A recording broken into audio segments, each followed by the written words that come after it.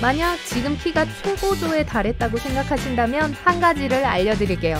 단 5분 안에 2.5cm가 자랄 수 있습니다. 우선 철봉이나 매달릴 곳을 찾아서 45초 동안 타이머를 맞추세요. 이제 매달려서 모든 근육을 풀고 매달리는 것에만 집중하세요. 시간이 지났으면 바닥에 누워서 양팔을 옆으로 벌리고 손바닥은 위로 향하게 한 다음 바닥에 다리를 쭉 펴세요. 이제 왼쪽 다리를 무릎에서 구부려 위로 올리고 오른쪽 다리를 꼬아서 바닥에 놓으세요. 최대한 긴장을 푸셔야 해요. 이렇게 하면 고관절 바깥과 척추가 조금 더 늘어날 수 있어요. 이렇게 30초 정도 누워있다가 30초 정도 후에 다리를 또 바꿔주세요. 이제 천천히 앉아서 발바닥이 서로 닿도록 나비 자세를 해보세요. 그리고 허리를 숙이고 허리와 등이 늘어나는 걸 느껴보세요. 무리하지 말고 불편하면 바로 멈춰야 한다는 걸 기억하세요. 천천히 가볍게 숨을 쉬고 30초에서 45초 동안 자세를 유지하세요. 다음으로 벽에 똑바로 서서 팔을 위로 올리세요. 너무 뻗지 않아도 돼요. 손가락을 벽에 닿게 하고 한 걸음씩 앞으로 나가세요. 손가락 끝은 여전히 벽에 대고 있습니다. 벽을 놓지 않고 더 나아갈 수 없다고 느끼는 순간 멈추세요. 이제 발을 드세요. 이렇게 하면 스트레칭이 될 거예요.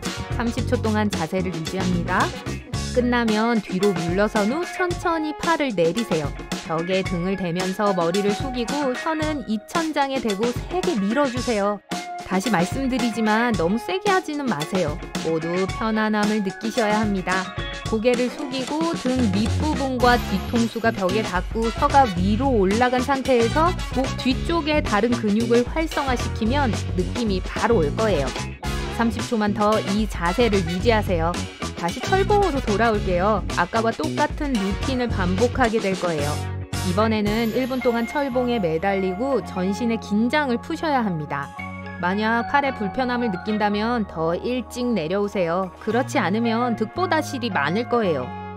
만약 성공했다면 이제 가서 키를 확인해보죠. 분명 결과에 놀라실 겁니다.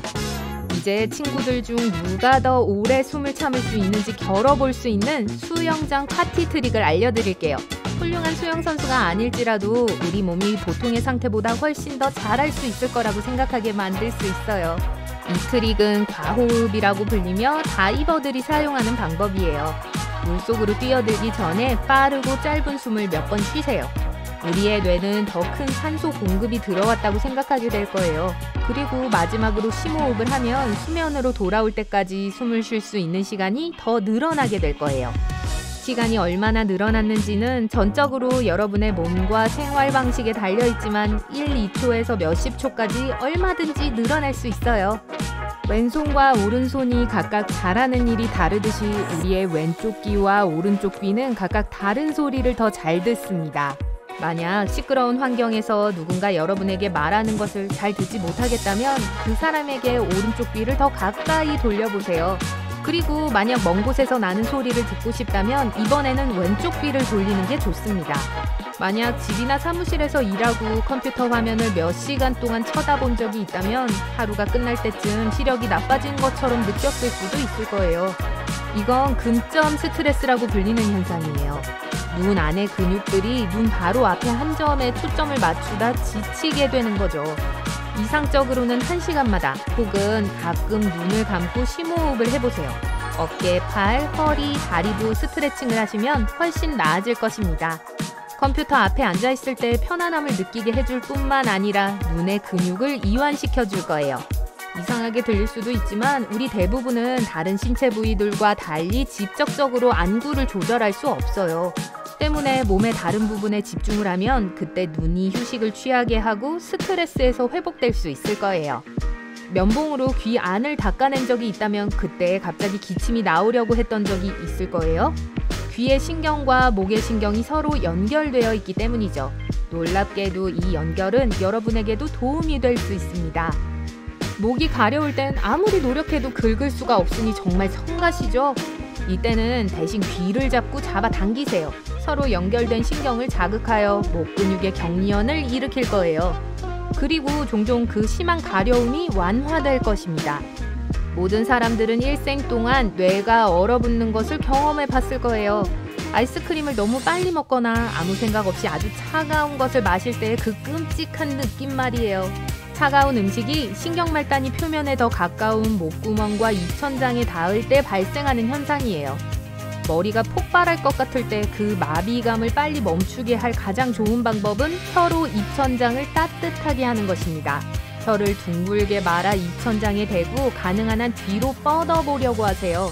입천장이 따뜻해지면 달콤한 안도감을 얻을 수 있을 거예요. 많은 사람들이 늦은 밤 잠이 오지 않을 때 핸드폰을 들고 침대에 누워서 덫에 걸려버립니다. 환경 조성이 이에 도움이 되겠지만 경고를 드리자면 시간이 좀 걸릴 거예요. 우선 침대는 잠을 자기 위한 곳입니다. 어떤 이유도 되지 마세요. 아침에는 다시 알림 버튼을 누르지 마세요. 어떤 유혹이 있든 가능한 한 빨리 일어나서 침대에서 나오세요. 일단 세수를 하고 나면 우리의 뇌는 다가올 하루를 준비하기 시작할 거고 다시 침대로 돌아가고 싶지 않을 거예요. 밤에 잠자리에 들기 전에 전화기와 컴퓨터 사용을 최소한으로 제한하도록 하세요. 이상적으로 잠자기 전 최소한 1시간 전에는 어떤 화면도 봐서는 안 돼요. 수면 호르몬인 멜라토닌이 몸에서 생산되는 걸 블루라이트가 막거든요. 그럴 상황이 되지 못한다면 최대한 블루라이트 세이빙 모드를 켜세요. 블루라이트의 방출을 줄여 눈을 쉬게 하고 뇌가 스트레스를 덜 받게 할 거예요. 그리고 침대에서는 핸드폰을 쓰지 마세요. 잠을 자기 위한 장소니까요. 기억하시죠? 밤에 침대에 누우면 모든 장치를 한 번에 끄세요. 멜라토닌은 주위가 완전히 어두울 때 가장 잘 생성되므로 침대에서는 가능한 한 모든 빛을 차단하세요. 대기 중인 TV에서 나오는 빨간색 불빛이요, 선을 뽑으세요. 와이파이 라우터에 녹색 전멸 표시 등이 눈에 들어온다고요? 뭔가를 씌우거나 TV처럼 밤 동안에는 플러그를 뽑아두세요. 필요하다면 두꺼운 커튼을 사보세요. 장기적으로 봤을 때 도움이 될 거예요. 마지막으로 습관의 힘은 강력합니다. 심지어 주말에도 매일 같은 루틴을 지키도록 노력하세요. 만약 매일 같은 시간에 일어나고 잠자리에 든다면 밤에 잠을 잘 시간이 될 때 우리 몸은 스스로 멜라토닌을 생산하기 시작할 겁니다. 수영도 할 수 없고 물에 빠지는 것이 무섭다고요? 그렇다고 해도 공식적인 훈련은 전혀 필요하지 않습니다. 수면 위에 억지로 뜨려는 대신 긴장을 풀면서 심호흡을 하고 몸 안에 공기를 채우고 등을 대고 누우세요. 폐에 공기가 채워져 있는 한 공기 풍선의 역할을 하며 몸을 떠있게 해줄 거예요. 일단 숨을 내쉬면 아래로 떨어질 수 있기 때문에 공기를 빠르게 내쉬고 다시 깊게 들이마시세요. 이 방법으로 원하는 만큼 물 위에 떠 있을 수 있어요. 이 자세로 수영하는 법을 배울 수도 있답니다. 우선 등을 대고 누워서 숨을 참으면서 팔로 노를 저으세요.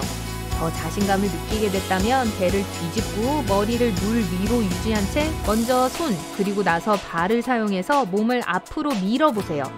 공기로 가득 찬 폐는 여전히 여러분을 수면 가까이에 떠있게 도와줄 거예요. 따라서 제대로만 한다면 큰 문제는 없을 것입니다.